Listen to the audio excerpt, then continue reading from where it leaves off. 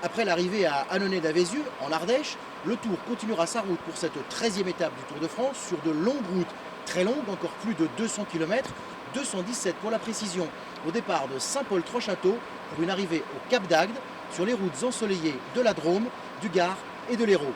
Entre les Alpes et les Pyrénées, le relief sera modeste et le tracé ne comportera qu'une seule bosse. Classée en 3e catégorie, au kilomètre 194, le Mont Saint-Clair. La montée sera courte et sèche, 1,6 km à 10,2%. Autant dire que dans ces conditions, l'étape devrait sourire aux sprinteurs et aux rouleurs qui devraient être les premiers, les pieds dans l'eau, à pouvoir faire sauter les bouchons de champagne en ce 14 juillet. Pour les patrouilleurs de l'Assemblée des départements de France, cette journée de fête nationale risque de réserver bien d'autres coups de pétard. En effet, avec 54 giratoires et une centaine de points dangereux à signaler et à baliser, la route risque d'être longue, très longue jusqu'à l'arrivée.